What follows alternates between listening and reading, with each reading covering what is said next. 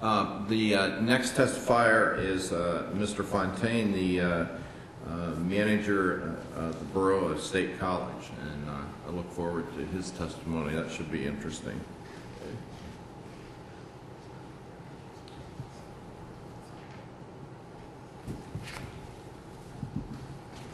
If you noticed initially, I did not say anything about Penn State, or even though Penn College is a subsidiary of Penn State.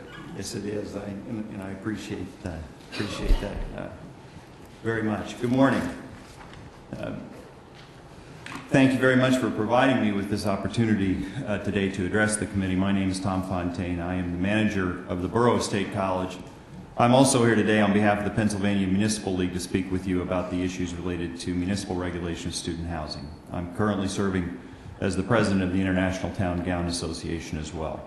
As the host municipality to the main campus of the Pennsylvania State University, State College has considerable experience with student housing and quality of life issues in the edge neighborhoods near campus. State College has a 2012 population of 42,499 with a population density of about 9,500 people per square mile.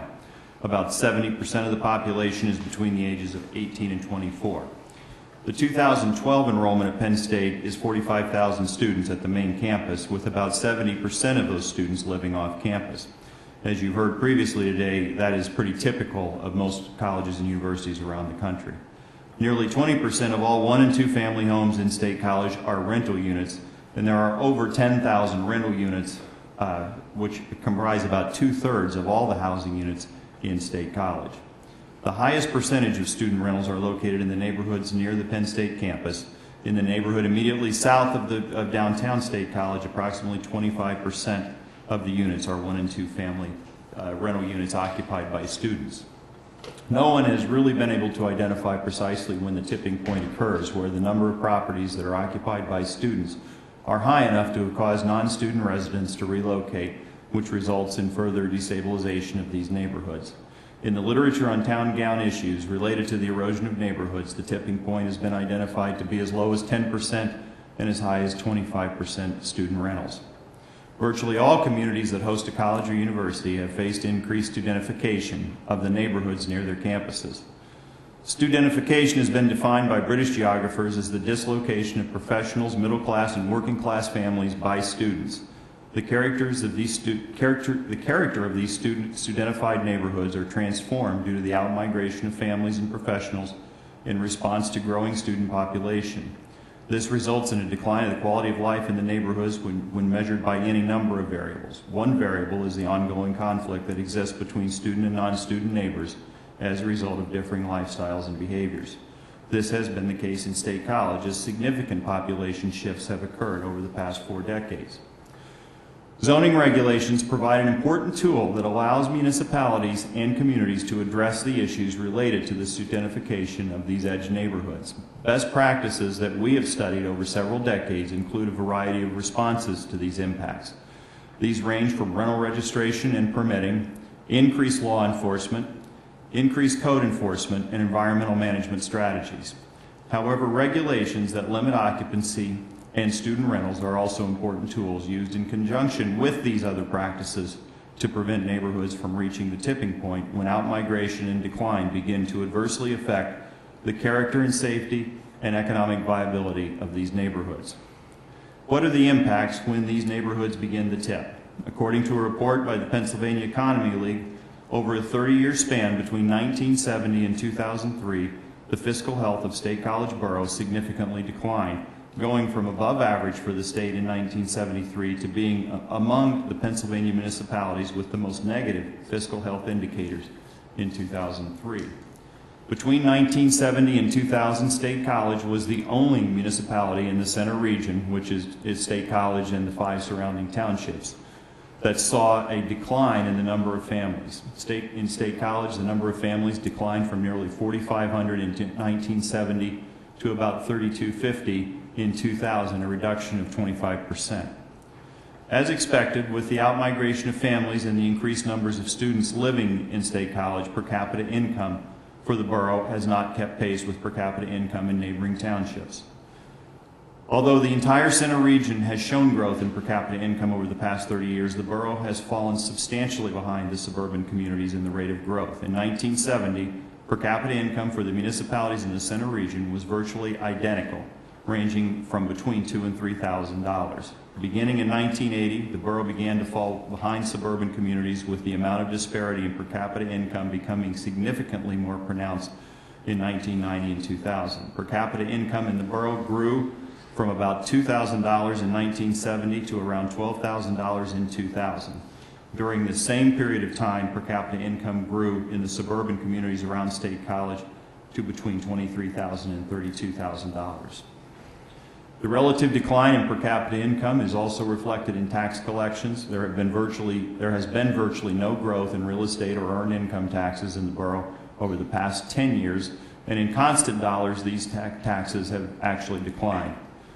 This shift in demographics, per capita income, and tax revenue coincides with the period of increased student residence in State College. Other Pennsylvania communities that host colleges and universities have experienced similar issues. As previously noted, a Pennsylvania Economy League study has shown that municipalities that host colleges and universities consistently collect less revenue per capita from all forms of taxes when compared to municipalities that do not host a college or university. The study also found that these host municipalities have higher per capita taxes than other municipalities. In addition to the demographic and fiscal issues associated with student housing, State College has experienced significant conflict between student and non-student residents living in these neighborhoods. Examples of these conflicts include a couple that was awakened in the early morning hours when a student on his way home from a nearby party picked up a hammer and tossed it through their bedroom window. Families that find used condoms in their yards, including in and on play equipment for children. A preteen girl confronted with a naked student walking down the hall in a family home because the student was intoxicated and believed he was in his own home. Vandalism to property, loud noise and voices throughout the night into the early morning hours. A family going to church on Sunday morning finds a student passed out in their car or on their porch. A resident walking their dog in the morning discovers someone has defecated or vomited in their driveway or sidewalk. These are a few examples of what are routine occurrences in these neighborhoods near colleges. Noise, vandalism, assaults, public drunkenness, and other property crimes fuel the conflicts between student and non-students in these neighborhoods. In the 1960s, the enrollment at Penn State began to increase. More and more private sector homes were being occupied by students, causing the start of the erosion of these neighborhoods near campus. This trend has continued throughout the decades, as Penn State enrollment has grown from around 15,000 students in the 60s to 45,000 today. As more students have moved into the neighborhoods, town-gown tensions have increased. State College has responded by adopting rental housing permit ordinance and a property maintenance code in the 1970s. In 1978, as the increases in the conversion of single-family homes to student rentals continued, neighborhood leaders in the borough explored additional measures to preserve the neighborhoods near the campus. In 1979, the borough adopted a zoning regulation that limits the occupancy in a single-family home to 3 unrelated persons in residential zoning districts. Occupancy limits are common regulation in college towns across the country. As reported by Blake Gumprick in a 1989 survey, reported 76% of college towns with populations of less than 100,000 have occupancy limits. These occupancy limits are most often established to limit the economic viability of student rentals and reduce the number of students living in neighborhoods. While these occupancy limits have had some impact, they have not completely stopped the conversion of single-family homes into student rentals. Beginning in 1990, the State College Coalition of Neighborhoods put forth a proposal to enact a regulation that would limit the number of student homes that could be located in residential zoning districts. After several years of discussion and with strong support from neighborhood groups, a second zoning regulation was adopted by the borough in 1997 to define a student home and to regulate the distance between student homes that is permitted in residential zoning districts. This ordinance was modeled after an ordinance in Marion Township, which was affirmed by the Third Circuit in 1993. These types of student home ordinances have since been enacted by other municipalities in Pennsylvania as well as other states. In State College, the student home restrictions only apply to 1 and 2 family homes in residential zoning districts. Apartment buildings, rooming houses, and other multifamily units are not subject to the student home regulations. In 1997, 259 student homes were registered, and all of these became legal nonconforming uses that may continue to be permitted as student homes unless the owner consciously abandons this use. In State College, the home restrictions have resulted in a slowing of conversions to student homes, with only 45 new student homes having been permitted since 1997. There are currently 304 student homes in State College. In 2011, State College amended the student home zoning regulations to further increase the distance between the student homes. This amendment limits expansion of student homes into neighborhoods that have not yet seen an increase in new student rentals.